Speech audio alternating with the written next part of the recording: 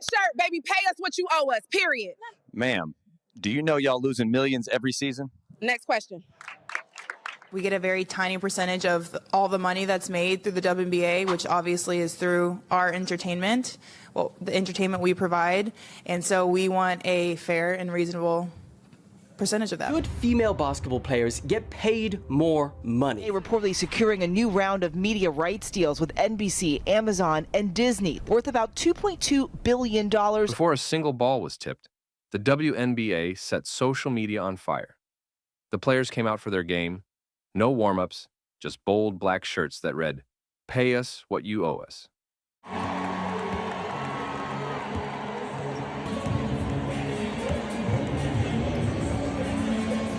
That one message turned heads and turned up the volume on a long, simmering debate. Because here's the uncomfortable truth. While WNBA stars are demanding higher pay, the league itself lost $40 million last year. And that's not new. In fact, the WNBA has never, not once, turned a profit. So the question becomes, can you really demand a raise when your employer is bleeding money every single season? Or is there more to this story than fans, or even critics, are willing to admit?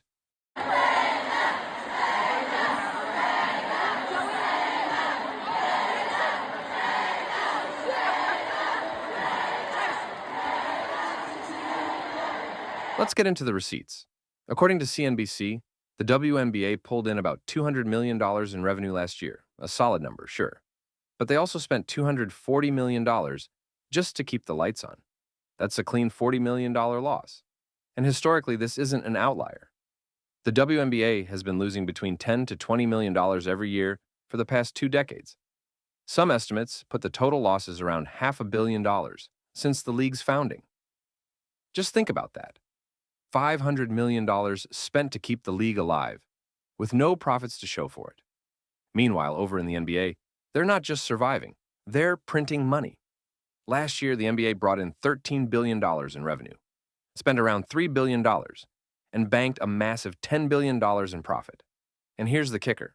That $10 billion gets split 50-50 between players and owners, $5 billion to the ballers, $5 billion to the bosses. Now, WNBA players aren't stupid. They know they can't ask for NBA salaries. They're not demanding $50 million LeBron contracts. But what they are saying is this: we want the same percentage of revenue as NBA players get. It's a fair-sounding argument. After all, NBA players get about 50% of their league's basketball-related income. But WNBA players? They only see about 22%, less than half. So when they say, "Pay us what you owe us," what they really mean is, give us our fair slice of our own pie. Yeah, like, and the big conversation about WNBA salaries and all of that that's been going on. What is, like, from a player and from players in general, like your teammates, what is that opinion and how do you guys handle all those conversations? We are not asking to get paid what the men get paid. We're asking to get paid the same percentage of revenue shared. Okay. Do you know what I'm saying? Got it. So that's a huge misconception. That's a huge misconception. Got it. Okay, Yeah, because every video is like, oh, this person gets paid this person gets paid that, right? So I want to be really clear about that. Like, I don't think I should get paid the same as LeBron. And here's where things get interesting. The math just changed. The WNBA recently signed a massive $2.2 billion media deal with Disney, NBC, and Amazon, a game changer. They reportedly securing a new round of media rights deals with NBC, Amazon, and Disney, the parent company of ABC, worth about $2.2 billion over 11 years, about $200 million a year. This new media package, a massive increase. That breaks down to about $200 million a year in new revenue. So on the surface, that should fix everything, right? You had $200 million before. You're adding another $200 million. Boom, $400 million total. Subtract the old $240 million in expenses, and suddenly you're looking at $160 million in profit. Finally, room to pay players more, right? Not so fast. Because here's what most fans don't know. That shiny $200 million a year, it's already spoken for. The WNBA doesn't get to keep all of it. In fact, they only control about 42% of basketball-related revenue. The rest?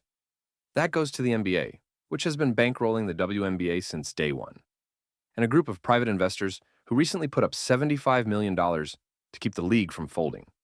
To be exact, NBA owners get another 42% of the pie. The outside investment group gets 16%. That leaves WNBA players and owners with just 42% combined. Cut that in half, and the players themselves only get about 21% of league revenue. That's their ceiling. And suddenly, that protest shirt doesn't seem so outrageous. It feels more like desperation. Let's get specific.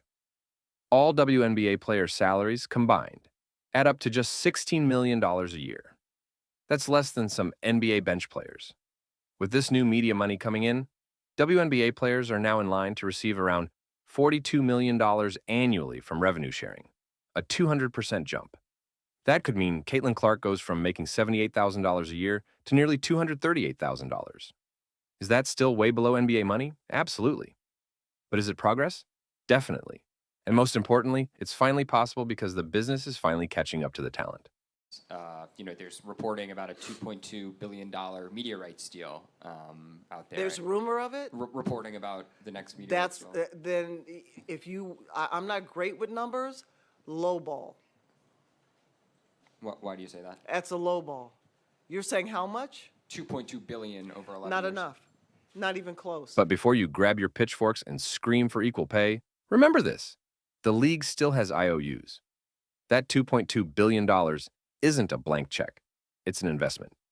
And the people who poured hundreds of millions into the WNBA to keep it afloat, they want a return. The NBA owners didn't shell out $250 million just to be nice. The outside investors who bought 16% of the league, they didn't write $75 million checks for charity.